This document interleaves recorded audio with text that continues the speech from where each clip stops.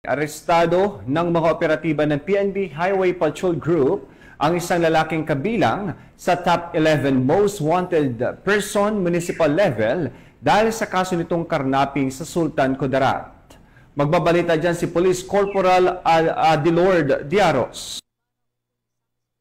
Arestado ngayon ang isang lalaking top 11 most wanted person municipal level na sangkot sa 2 counts ng karnaping sa isinagawang manhunt Charlie operation ng mga tauhan ng Sultan Kudarat Provincial Highway Patrol Team sa pamumuno ni Police Colonel Benito Ricoperto kasama ang kapulisan ng Esperanza Municipal Police Station, 2nd Sultan Kudarat PMFC, 7 IB Alpha Company, 7 IB Alpha Company at Sultan Kudarat Provincial Intelligence Unit sa Barangay Daladap, Esperanza, Sultan Kudarat nitong nakaraang araw. Sa bisa ng warrant of arrest, arestado ng otoridad ang suspect na kinilala na si alias Frank, 20 taong gulang, na taga Purok Mabuhay, Barangay Daladap, Esperanza, Sultan Kudarat, na harap sa 2 counts of carnapping.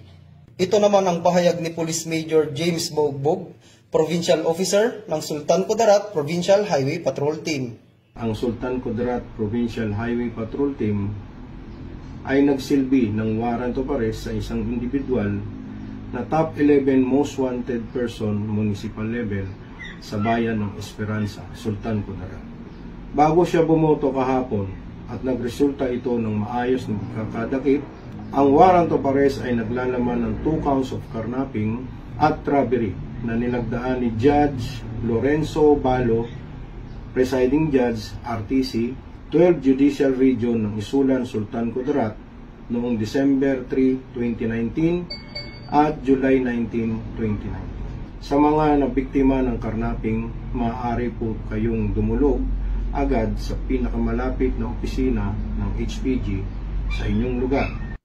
Ang suspect ay binasahan ng kanyang karapatan sa salitang kanyang naunawaan at ngayon ay nasa kustudiya na ng Esperanza Municipal Police Station para sa dokumentasyon at tamang disposisyon. Kami ang Guardian of the Highways, ang kakampi nyo sa kalsada na patuloy na magbibigay ng serbisyong HPG. Dahil dito sa ating bagong Pilipinas, ang gusto ng pulis, ligtas ka. At para sa iba pang balitang dala ng serbisyong HPG, tumutok lamang sa aming Facebook page at YouTube channel na Police News Network.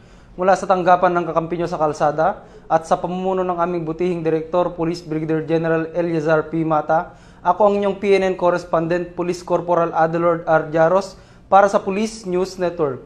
Alagad ng batas, tagataguyod ng balitang pulis.